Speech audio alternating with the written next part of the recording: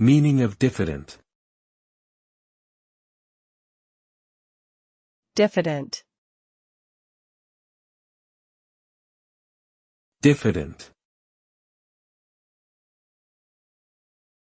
Diffident.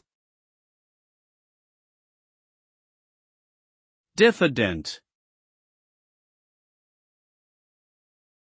Diffident means lacking confidence in oneself, often accompanied by feelings of shyness or social awkwardness.